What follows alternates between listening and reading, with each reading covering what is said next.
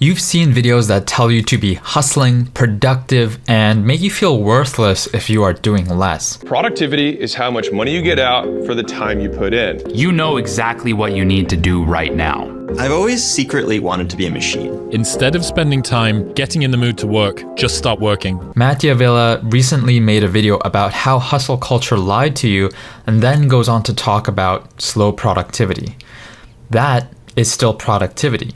There is a trap of tying your sense of self-worth to productivity. I recently read my 2023 journals, and I realized that my sense of self-worth was directly tied to my productivity. If I did not get what was on my to-do list for that day done, then it was a bad day, and I felt terrible about myself. And if I got everything done that I set out for that day, then I felt like I was a worthy person. That was 2 years ago, and my worldview has changed a lot since then. I talk about it in a previous video essay, but one of the things that I learned is that, well, you are not a machine. You are not even a human doing. You are a human being. Your worth is not a stock price that fluctuates based on your productivity. Your worth is a fundamental, constant, intrinsic quality of your existence. A baby is worthy, and yet all it does is eats, shits, sleeps, and cries, and you were once that baby. At what point did you start having to earn that worth that you were born with? And to those that say babies are worthless and so are all human beings, I say this: every person has an internal, entire cosmos. And every time we watch something or listen to music or read, we experience all that and a human drama plays out. You may think we are separate from this world and the universe, but we are the conscious part of the universe experiencing itself.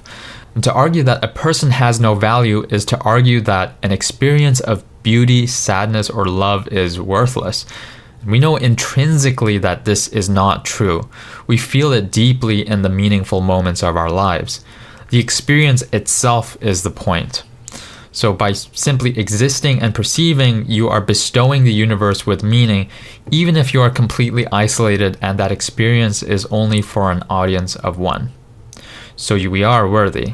Now let's talk about self-worth, which is what we've been talking about, with self-esteem. Self-worth is infinitely more valuable than self-esteem. It's the recognition of your inherent value, and it doesn't change based on successes, failures, or others' opinions. Self-esteem is the opposite of that. It comes from what you do.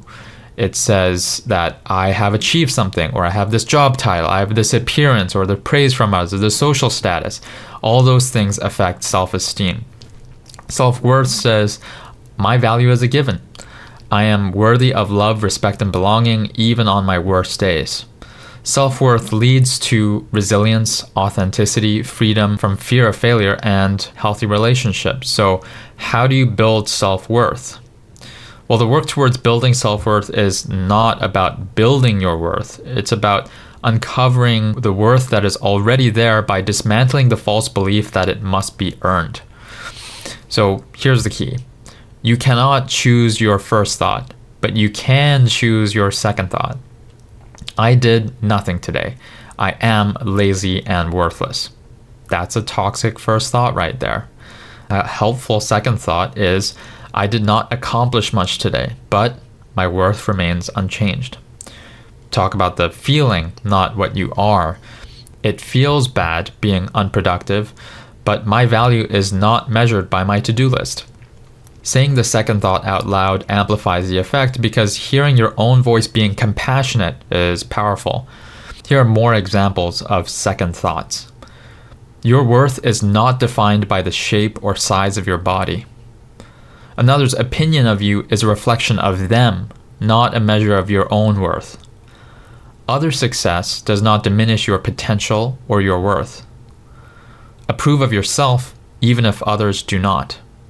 Your worth is a fundamental fact, not a feeling that comes and goes. Remember that you are not lying to yourself when you say these things, and you are aligning to the deeper and more profound truth, not the false conditioned negative thought. This is not an excuse, by the way, to be a degenerate who gives up on life and says, well, I'm worthy anyways. If you are in a bad place in one aspect of life or in general, then incrementally working on yourself and improving will increase your quality of life and that of those around you, and is 100% worth the effort for that reason. You strive not to become worthy, but because you already are, because of the desire to see what this worthy human being is capable of. Carl Rogers, this famous psychologist, said, "The curious paradox is that when I accept myself just as I am, then I can change." So keep striving incrementally towards growing and just don't beat yourself up during your journey. Because you're worth it. 1% better every day, baby.